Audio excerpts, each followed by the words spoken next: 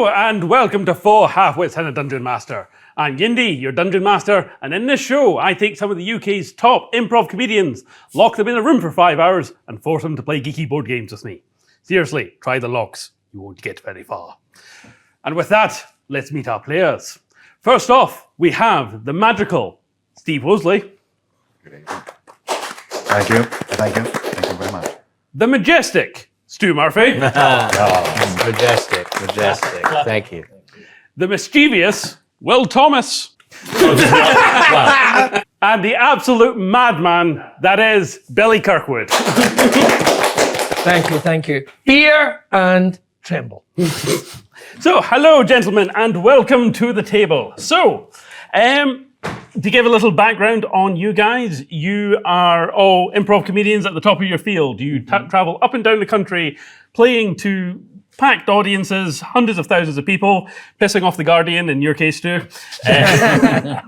And yeah, you're used to creating characters on the fly when you're out in your shows and creating entire plays basically from scratch.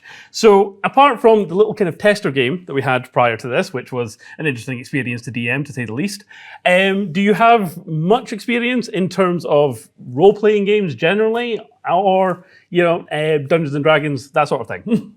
I have absolutely none. I listen to classic FM, so I mean this is this is not my field. I have a lot of experience in terms of creating characters and what have you, the world of pro wrestling and what have you. But I've always been a watcher, not much of a player, so very excited. More of a voyeur, if you like, in terms of Dungeons and Dragons, but always a fan. So I think this is going to be good fun. Gross. I've played D&D games, but that was back when I was in my teens, so that's like 50 years ago, 60 years ago, something like that. You don't look it. I'm old and confused. Similarly, I was dragged along to games by my friend, so I was the one who just sort of sat in the corner and just did what I was told and got drunk. Again, fantastic. Hopefully I've not typecast you all. So, in doing so, introducing your characters. So, in terms of who everyone's playing, if we start with yourselves, Steve? I am going to be playing Reginald Seymore Dibley, who is... it's not funny. It's enjoyable to hear. Very serious. I am a wizard, human. I am miraculously now the tallest person in the group, at 6 foot. I come from the village of Willowwood, where I was a farm boy for many, many years. And my father just tried to hammer these ridiculous ideas of magic out of my head and just be a farmer, son. But then, of course, as fathers are prone to do, he died and left me in charge of the... I know, selfish, right? And I was left in charge of the farm. And I married and just sort of got on with things. I met a traveling wizard along the way who took shelter in our farm. And we struck up a friendship, which was completely wholesome. And he lent me a book, the ABC of magic. And I learned that, and it just something inside me just sort of held on to that. But then I carried on farming and being a husband to both my wife and the animals. And then one day I felt that my wife was cheating on me, so I left her. And I made my way to the Arcane University, where unfortunately I didn't have the money to study. But who should be the chief mage there at the Arcane University but my old pal, my old wizard friend. So he got me a gig being a janitor, and so I paid my way, worked at night, studied by day, and here I am. Bloody nepotism. It's the way the world works, man. It's the way it works. And Stu, yourself. Hello, I'm Stigford Stoneheart, a dwarven cleric. I am in service to the deity Edros of the Shadowed Halls. Edros sort of controls the sort of, you might call it the purgatorial element of the newly dead. Once you die, you're essentially strapped to a wheel. He spins the wheel and that decides where you go. He's a very chaotic god. But I was off in the foothills of the Northern Empire with my parents, who were killed in an accident when attacked by wolves. So it was by the wolves' design, I suppose you could say. But I, despite an injured leg, managed to stay alive, thanks to Edros interfering and keeping me alive. Why he didn't keep my parents alive, I don't know. And I'm still upset about it. However, I was directed to the monastery of the order to which I now belong, which promotes his glory. Even though he's never answered my questions about why he has saved didn't save my parents, but did save me. I learned the clerical arts, if you like, and studied history. And so I am your moral guide on this trip. We're doomed. Refreshingly wholesome. Thank you. Well, Hello, my name is Yorick von Wilhelm. That's who I'll be playing. I'm a bard. I achieved a lot of success in my younger years as a bard with my band. I was in a band with my girlfriend, whose name was Gorza Gutripper, a half-orc lady. But I come from privileged circumstances. My dad is the Chancellor of the Exchequer. I know. And Government stooge. we created an anarchist, a socialist, a left-wing song called "Burn Down the Courts." And my dad and the government didn't like this, so they had the other members of my band, including my girlfriend Gorza, who I'm still deeply in love with, shipped off to all four corners of the land. So I wander the world now as a traveling bard, desperate to find my girlfriend. So basically, I'm playing a lonely, upper-class virgin. It's not typecast in the slightest. I was about to say, do you see much of yourself in this character? Yeah, but basically, a remorseful dweeb. So, could be difficult. No, never mind. No, you're. We'll fix it in post. Yeah, it's all Thanks, good. Don't you Thanks worry. guys. I appreciate it. And this is going to be interesting. Billy. My name is Tuppence, bastard of the mountain, legend of the hills, splitter of women, stomper of puddles. Yes, I am a barbarian. Are we calling me a dwarf or are we calling me You're a halfling. We're calling me a barbarian halfling, quite frankly, with an insatiable and ridiculous bloodlust, filled with energetic rage, constantly, frequently stupid, but always excited to be amongst the action. I got raised by the hill giants as originally they found me. Nobody knows really where I came from, but took me on as almost a pet, a mascot, but frequently discovered that I was good for scaring anything with my ridiculous desire to shred and tear flesh and cause mischief and mayhem wherever I go. I mean, realistically, it was our lot that killed Reginald's dad. But so this is a little awkward that we're all back here. But hey, we've got past it. It's Making notes for future plot points. all good. It's all good. But it wasn't us. It was the hill giant. I was there, but he was very brave in the final moments. Very brave. Very brave. Can I chime in and say the one note you made on your first page just says hot piss? Oh yes, well, character flaw. the thing about Tuppence is pretty much unaware of any attributes he might have, apart from that he is happily able to tear virtually anything apart. He's an idiot. By God, he's good to have around. He's good fun to have around. Effectively, imagine we're a hand grenade without a pin. Yeah, That's pretty much what he is. What about the hot piss? Well, the hot piss is because basically his piss will burn through many poorly constructed nettles. That is not actually a spell in D&D, but I have a feeling I'm going to have to come up with one. Oh, it's more of a natural reaction. I mean, his shit will burn straight through the Earth's crust, give it half a time. But he's been holding them in for quite some time because he does have a whole fear of his own arsehole. Don't know if I've mentioned that. I also love as well, every time Billy says his name, he starts off with Tuppence, Bastard of the Mountain, and then the string of words that come after that change and get slightly longer every time. Yeah. Squeezer of ducks. Right, well, with introductions out of the way, gentlemen, I am ready to begin on our first adventure of, hopefully, Campaign 1.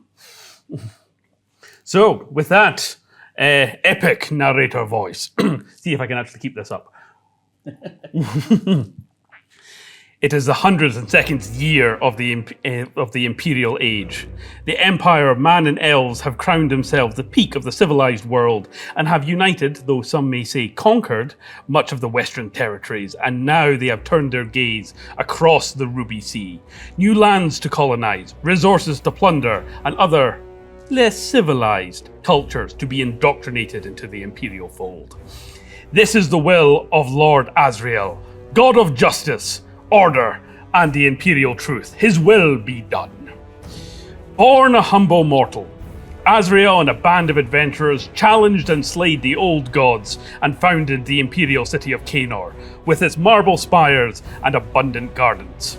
The hub of trade, commerce, political power, and arcane research, many have flocked to this wondrous city in pursuit of a better life. Yet those not of human or elven descent have often been forced to live significantly harder lives than their more affluent peers. Nowhere is this more abundant than in the towers of the Arcane University. Our story begins with the Archmage what did I say his name was? Ilariel. Ilariel, yes. All going so well already. Our story begins with the Archmage Ilariel studying the night sky in his private observatory. By studying the movement of the stars and celestial bodies, he can read the winds of magic and unlock yet unknown secrets of the arcane arts. But this tale is not about him. Hard at work sweeping the floors behind him, we meet our first intrepid adventurers. One Reginald Seymore Dibley, as he completes his nightly chores. So, Steve, to start off with, tell us, what is a typical day in the life of Reginald? Well, you know, I rise at 6. I'm usually awakened by about 5 a.m. where I just lay in bed and just think about magic things and just dream. Such as? Things that float. Wow. Things that disappear. This is why I hang out with this guy. Things that get bigger and things that get smaller. I have the skills of all of those things. And then I attend my early class at 7 a.m. It's usually potions, followed by PE. and then we break for lunch. The sausage and chips is my favorite. They do a particularly good one at the Arcane University. The canteen's wonderful there. It's very good. And then, classes finish around 5 p.m. and then it's off to work for me. I grab my broom, just a regular broom, not a magic fancy one. And I sweep the floors, I dust the chambers, I empty the chamber pots, I chat to some of the elderly members of staff, and that's pretty much my day. It's a dreamy life of hopes and dreams for the future. So as you walk into the room, sweeping away, the Archmage Ilariel turns. Ah, Seymore, tell me, my boy, how do your studies go? Well, you know, I've been working hard. I've been trying a new technique for memorizing things. Such as? Such as reading things and then trying to remember them. Wow. It's working so far. It's good strategy. I think so. I'm glad I chose you for the scholarship. You know, when I first met you, Reginald, as a boy, so many years ago, I saw great promise in you. I mean, just to think, if you had been born to an affluent, white, elven family, your education would be all but guaranteed. Probably by now you would have quit your education to follow some strange dream about being a wandering minstrel and joined that damn Bard's College. Such a waste. But no, you're here and you're studying. You know, just to think, if you had been given those same opportunities, perhaps you wouldn't be here now. No, I would probably still at the farm. Tell me, do you still have that old spell book I gave you? Oh yes, it's on my person somewhere. Yes, here it is. Yes, I have my book here. He takes the book from you. The ABCs of the arcane arts. I remember this well. I see the pages are well worn. Oh yes, thoroughly thumbed. The enlarging and shrinking spell seems to have been well worn. Just think, how old are you now, Reginald? I am 46 years old. A mere 46. I know, a youngster. Just think, in maybe a couple more centuries, perhaps one day you too will be the Archmage. Well, at least if you were elven, of course. As a human, that probably would leave you rather elderly indeed. Oh, in fact, I'd hoped that you would have died long before that. That would be most unpleasant. Well, here I am. I'm keeping up with my fibre intake, and I exercise. So, fingers crossed, I'll be here for a few years yet. I'll be honest with you, Reginald. My time, I fear, grows short. No, Master. And I know it is true. At 178, I find myself, these old bones ache more and more. Tell me, Reginald, care to help an old friend out and brew me a special cup of your dragon scale tea, would you? Of course, yes. I'll just get my my flagon. So, as you turn round to presumably make tea for Eladriel, he wanders off kind of to the bookcase kind of here. Suddenly, as you start to brew the kind of alchemical concoctions to brew the tea, you hear a massive commotion kind of head happen just behind you. And as you spin round, you see Eladriel lying prone on the deck with a figure crouching over him. First roll of the campaign. Can you roll for me a perception check for me, please? Yes, I can. That would be the D20. Is this one? The big one, yes, with all the sides. 18. 18, right. And that plus stuff will be absolutely fine. So as you turn around, you get a good look at the figure in question. And you see what appears to be a female orc with a fancy ornate looking dagger right above the Archmage as he lies on the floor, crimson blood spilling out beneath him. You have about 30 seconds to make your reaction. I am going to use a spell. Right. So, what do you want to... You go instinctively seeing this person, right? Yes, I am going to command them. Command? Yes. Right. Would you care to be more specific about the command? Yes, the command. I am going to command... Oh, it's got to be a one-word command, hasn't it? I am going to command them. I'm going to shout diarrhea. Well, we're setting the tone early. Steve, I feel you didn't need to use a spell for that. You could have just shouted diarrhea. So as you turn around... I'm not that influential without magic. I can't just make people excrete at will. I love how you burn through one of your spells so early doors. She spins round, somewhat God, confused, seeing you. Instantly aware that she's been spotted, she drops the dagger to her side before quickly pulling out a magical item from her side and creating a portal kind of behind her. Now, in creating a portal, this sets off the Arcane University's magical defenses, the use of unauthorized portal magic. So the guards are going to be here very quickly. She quickly runs and jumps through the portal and away. The notes that you managed to pick up with your perception check: she's female, she's of Orcish descent, she has tattoos, and a nose ring. So you get a clear image of all of that. So you have, again, about another 30 seconds, you hear the guards sort of coming. The daggers at the side next to Eladriel's body. What do you do? I'm going to stand and weep for my beloved master. So as you crouch down next to... I could try and help him, but I'm too struck with sadness. Do you wish to investigate the dagger by chance? Sounds like he's doing a tactical weeping. Yes, a tactical weep, and then I'm going to pick up the dagger and have a ruddy good look at it. Right, so in the 30 seconds, you pick up this dagger.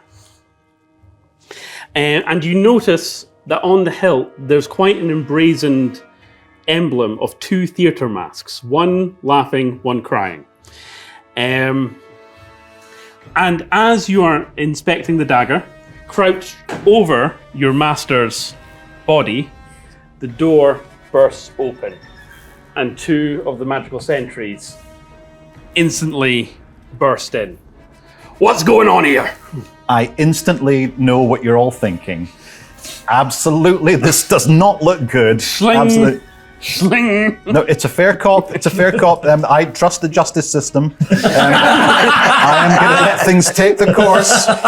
Okay. You have about 5 seconds. The portal behind you that the orc jumped through is closing fast. What do you do? Might be time, Steve, for a tactical weep.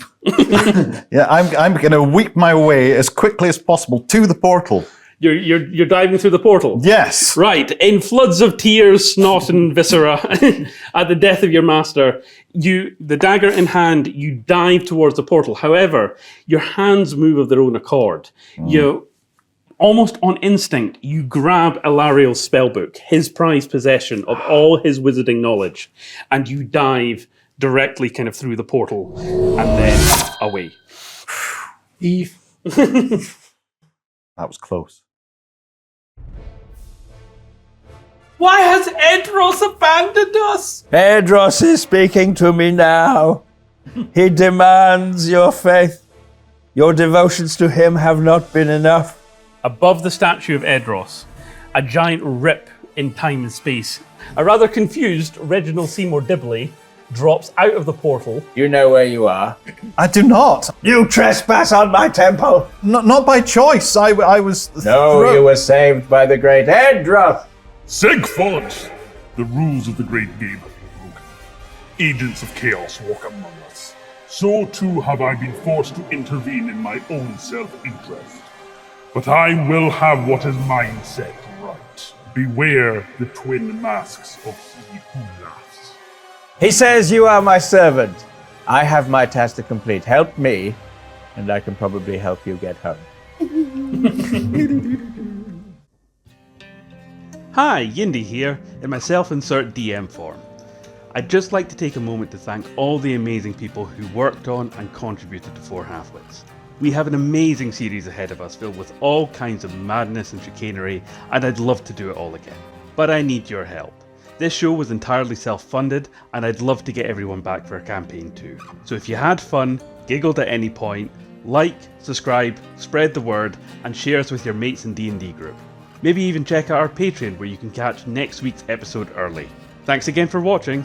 See you next week.